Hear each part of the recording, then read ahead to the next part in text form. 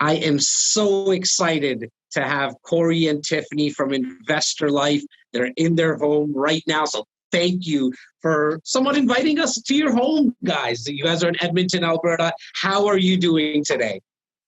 Awesome. It's a beautiful sunny day, which we don't get often here in Edmonton. So we're super pumped. Yeah, it's all good. I'm getting out on a dirt biking trip right away here tonight. So yeah, can't complain at all. And I know you guys are taking off on a 5-day dirt biking trip. It's kind of neat because obviously this type of life, the investor life, as you mentioned a second ago, kind of off air, Tiffany, what it's been able to afford you to do, right? Like obviously the viewers right now that are watching the real estate marathon, you know that there's a different background. So we had to pre-record this because both Corey and Tiffany are on their trip as this is going to be playing. But how neat is that? Like what real estate has afforded you allowed you to do? Yeah, absolutely. The freedom that it gives is incomparable. It really is. It's tough to actually put it into words, but to be able to just take off and go when you need to, or be home when you need to for those that need you. I mean, yeah, it's awesome. So a lot of things, yes. And so for some of you that are watching right now and or listening, if you're listening to the marathon while you're in the car right now or on the treadmill, you guys know these faces and or know like I've heard these voices. But for the few people that haven't, guys, like give us a little quick backstory on why did you start investing into real estate and how did you get involved in investing in real estate? Our journey goes back like to 2003-ish, somewhere in there. You know, we had a little business we were running at the time, and we thought, we were kind of getting sick of it. We're running on that treadmill of life. And so we thought, what else can we do that's a little bit different? And actually, Tiffany's the brains behind the story because she started looking into different options.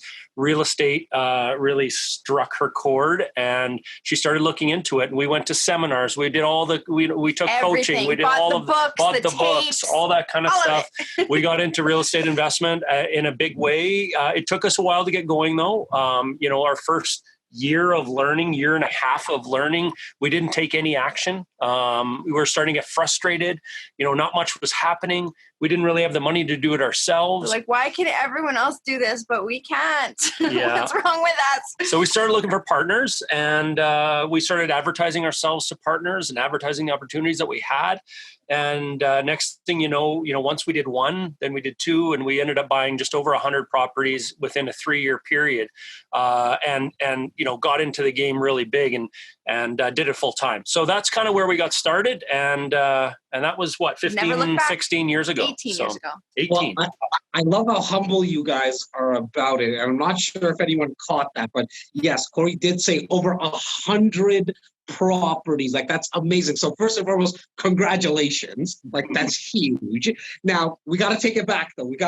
So you said you were looking for partners, and this is what I wanted you guys to speak about and go in depth about. Like, when you said partners, you were looking for joint venture partners when you guys started. So for us, we had no choice. We had the luxury of having zero money. And so we had no choice but to look for partners to, bring that money side. We were willing to do the work. We had we had educated ourselves. We were driven, but we had no money. And in real estate, you kind of need a little bit of money to get going. So we had to find those partners. So we partnered with other people. They brought the financial side together. We brought the working side together, and we brought properties together for initially a 5 to 7 year period was the plan. Some of them we still hold, which is craziness. But 5 to 7 year period. And then at the end of the day, we would split profits 50-50 after they got their. Perfect. I love it. I love the setup. So when you said working partner and you guys were kind of the ones that were doing the work, what does that mean? Like, were you guys like, let's talk about the first property and maybe the second property, right? As actual case studies. Like, were you building the home? Were you just doing renovations? What type of work was involved from your perspective? And then I definitely want to talk about how did you find the money? Because I'm sure that's what a lot of people want to know. But what was the working part of it? Yeah, so there's a lot of work involved. Let's be very, very clear with that. So, the work started for us just doing the research and learning and educating ourselves. There was a lot of work involved with that. Secondly, going out and actually finding the properties, going out with the realtors, looking at for sale by owners, doing all of those sorts of things, analyzing the properties, deciding which ones are good to buy, which ones aren't. How much rent are we going to get? Like what actual rent? Not what, CMHC says or whatever, but what are the street rents going to actually get? What do we have to do to change this property? Like what paint color do we do? Do we get rid of the stove? Do we open a wall? Do we leave it? Like all of those things falls on your shoulders as the working partner. That's up to you to make sure that that property is being the best investment that it can be. And for the most part, when we started, we were buying properties that we weren't building properties. We were buying properties that already existed, and we were doing light renovations. I'm not a renovation guy. Quite frankly, I hate renovations. So I learned that very quickly in our process. And we chose later on to buy different types of properties that didn't require that. But at the beginning, we did all of that work when it comes to renovating, and then finding the tenants, managing it, doing all of that. We hired property managers. We did it ourselves. We did many different ways through that. So all of that stuff is included. And then at the end, it comes to selling too. The whole selling process, we were the ones doing all of that.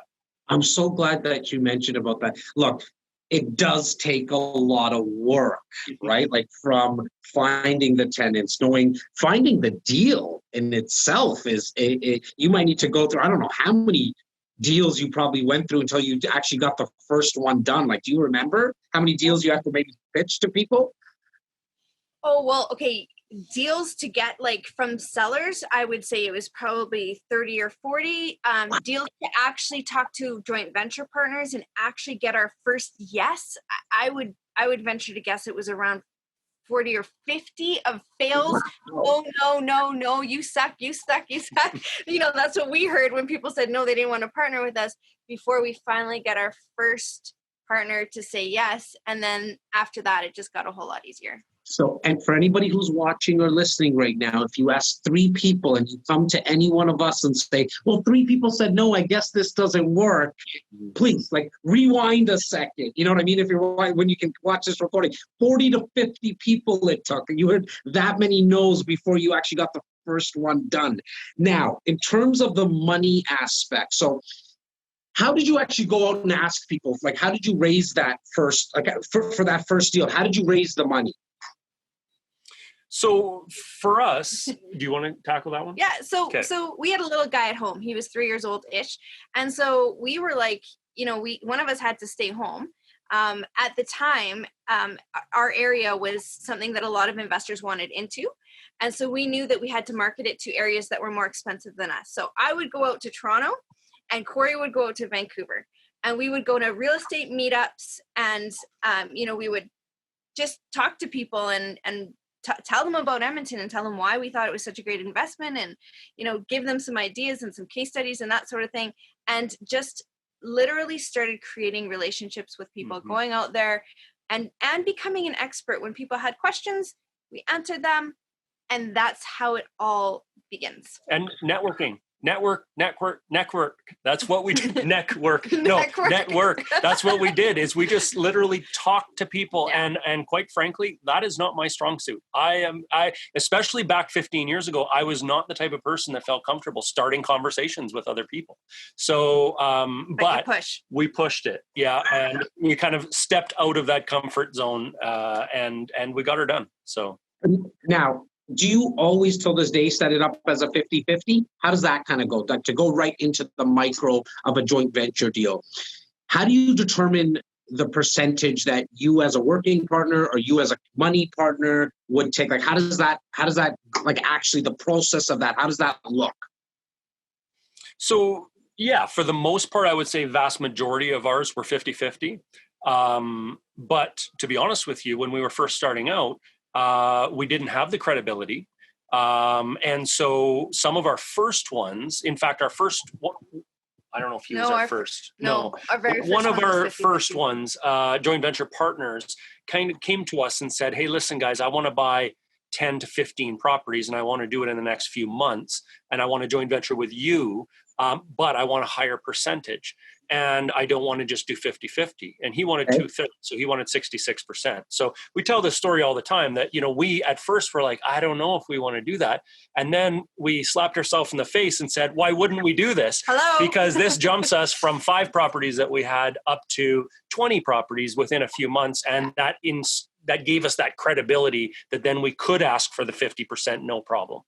And the 33% is anybody who knows better than zero, right? And you're just getting your foot in the door. You're getting the experience and the credibility to get more paperwork. How does that kind of look? Like, do you guys have your own joint venture agreements? Do you just draw them out at the lawyers? Like, how does that all kind of look? So we started off with, one from a lawyer. So that was, a standard kind of joint venture agreement. Usually costs you between $2,500 and $3,500 ish.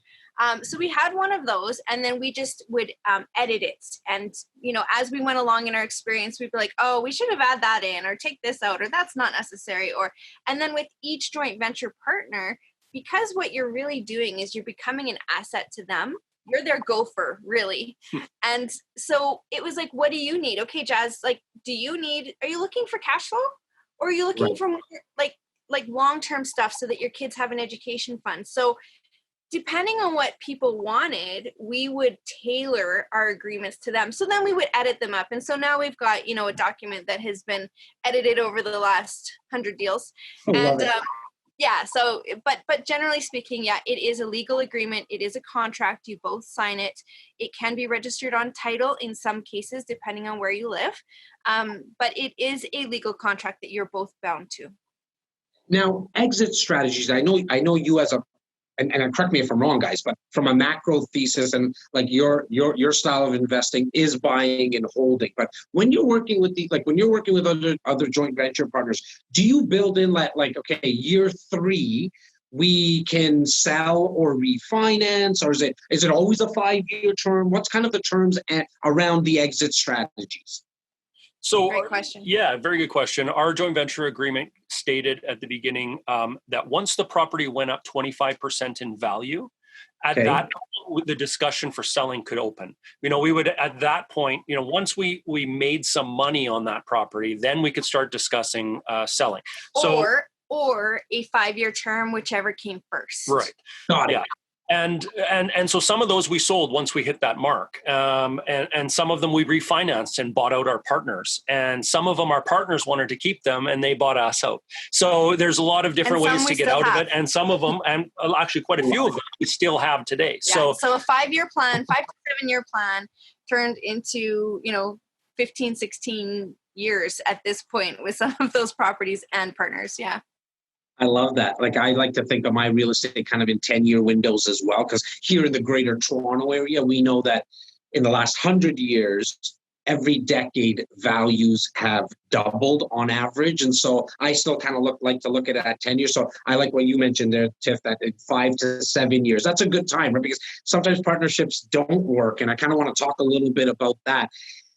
Is there some stories, maybe a story that kind of sticks in your mind that where maybe it didn't work, and how did you get over that? Like where maybe a joint venture partner didn't work?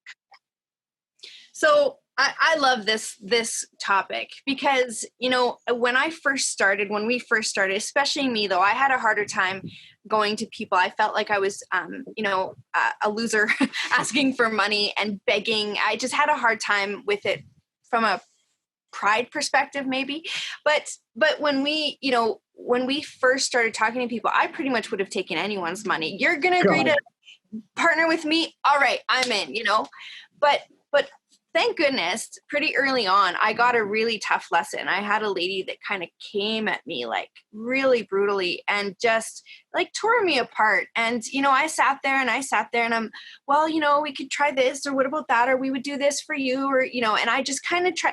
And then all of a sudden, this was really late at night. I was in Toronto by myself. My kid was back home with, no story time from, I just was grouchy by that point. And I kind of just said to her, you know what, listen, if you don't do this with me, someone else is going to. So you know what? It's up to you, but I'm kind of done here. Like, I don't need to get interrogated anymore. Like, I kind of just set it out and was like, whatever. It was probably very freeing in that sense, right, Tiff? Like, you just, I like to say, like, in and around like business and sales, to let the new wardrobe in, you got to get rid of the old clothes, right? Totally, yeah. And it was really freeing. But the funny part was that she shifted, and immediately it was like she started chasing me after that. I love it. But what I learned from that was I was not willing to take any partner, because I thought to myself after I left that night, if I had agreed to partner with her, my life would have been hell. Yeah.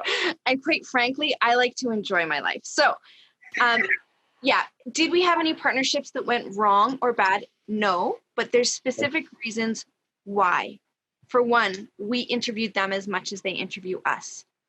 For two, we have paperwork, and always everything gets put in writing. We never leave anything verbal. Every conversation gets an email in reply saying, this was my understanding. Did you understand anything different? So there's things you can do. And in all of our partnerships, we haven't had that, but I think communication is really, the big reason why.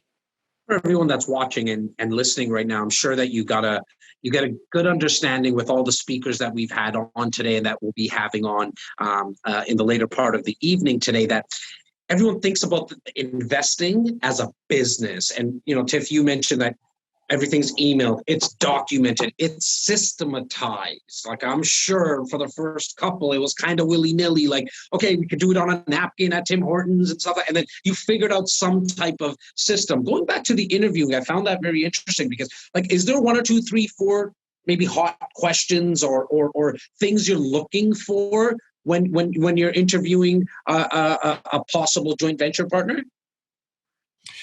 I mean, number one thing that we actually look for is, why are they wanting to do this? Why are they to invest in real estate? What is their why? What is their end goal? Can we meet that for them? And if we are kind of on the same page as far as, okay, they're doing this because they want to better their life. They want to pay for this in the future, pay for that, or whatever it might be. If we understand the end goal and we feel that the investments we can bring to them can help them get there, that's really what we're trying to determine when we're talking to a financial partner. And for me, it's very much, I have to have that they're not dependent on the income, and they're not giving me every last penny, because I can't take that kind of pressure. I need them to, be able to lose that money. Not that they ever have, but I just couldn't take that kind of pressure. So yeah. What would you say to somebody who said, you have to have your own money to invest into real estate? You guys have done it the way that I want people to really get the understanding, like 100 properties. Like, I hope everyone just gets one. Like, I hear it all the time. I want to get 100 doors. I want to get 700 doors and 10,000. And that's great. But if everybody just got one, I think that we would all agree that could change someone's life. But then there's a lot of people that are watching and listening right now that said, this stuff doesn't work, or you actually have to have your money. What would you say to those people? Absolutely not true. You can do it. You know what? If we can do it, we were young, we were inexperienced, we had okay credit, and we had no money. And we bought 100 properties. And, if we can do it, anybody can do it. It's just a matter of, again, like you talked about, putting in the systems, following a system, networking with the right people, and maybe hiring a coach that can actually direct you towards your goals and focus you to what you need to do next. And that's really the important part. Thank you so much, Corey and Tiffany, for doing this with us. Everyone who's watching and listening, you will get all their contact info in terms of getting in touch with them. They're not only still investing, but now they're taking it to the next level and educating and sharing their story that much more, and helping others fulfill their dreams in investing in real estate. So thank you for that. But I want you to leave our marathoners with one tip, and it could come from either a mindset perspective, an actual tactical when it comes to joint ventures. Please, the floor is yours. Leave them with a tip. Go for it. I got one. Yeah. I got one. Focus on one property. That would be my tip, because a lot of people, even us, when we first started, we saw people with 10, 20, 30 properties, and we wanted to do 10, 20, 30 properties. And our wheels were spinning, and we were a year in and we hadn't done anything yet. And we were told by somebody, just do one. And once we did the one, we then got it and we understood it. Next one. And then you do the next make one. That mountain shrink. Exactly. And so if I was going to give anybody a piece of advice, just focus on your next property, and that's it. Thank you so much for allowing us in your home. And I hope you had an amazing, amazing trip when you guys go dirt biking. Thank you once again, guys. Thanks for everything you guys do for investors. You're amazing. We watch you all the time. So keep going, keep rolling.